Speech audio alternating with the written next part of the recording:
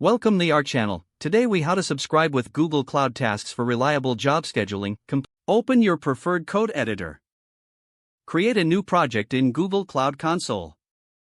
Navigate to the Cloud Tasks section in the console. Enable the Cloud Tasks API for your project. Set up your billing if you haven't done so already. Create a new Cloud Task queue by selecting Create Queue. Enter a name for your queue and configure any necessary settings. Click Create to finalize the queue setup. Next, set up your service that will process the tasks. Deploy your service either on Google Cloud Run, App Engine, or another environment. Ensure that your service can handle HTTP requests. Write a function in your service to process the incoming tasks. Now, go back to Cloud Tasks and create a new task. Select your task queue and click Create Task. Fill in the task details, including the HTTP method and the endpoint for your service. If required, add any necessary headers and payload data for the task. Set a scheduled time for the task if you want to delay it. Review all settings and click Create to add the task to the queue. Make sure your service is accessible from the internet.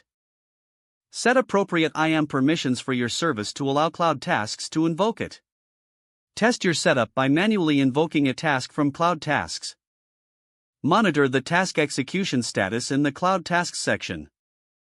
Troubleshoot any issues using cloud logging for error details. Adjust task settings or service configurations as needed based on the results. With these steps, you have successfully set up reliable job scheduling using Google Cloud Tasks. If the page does not load, refresh the browser or try again in a private or incognito window. Make sure you are using the correct email address, then retype it carefully to avoid small typos. If your password is not accepted, use the reset option and create a new strong password you can remember. Check your spam folder for verification or security emails, then complete any requested confirmation steps. Enable two-factor authentication if available to improve account security and reduce unauthorized access risk. Don't forget to like this video and subscribe to our channel for more step-by-step tech guides.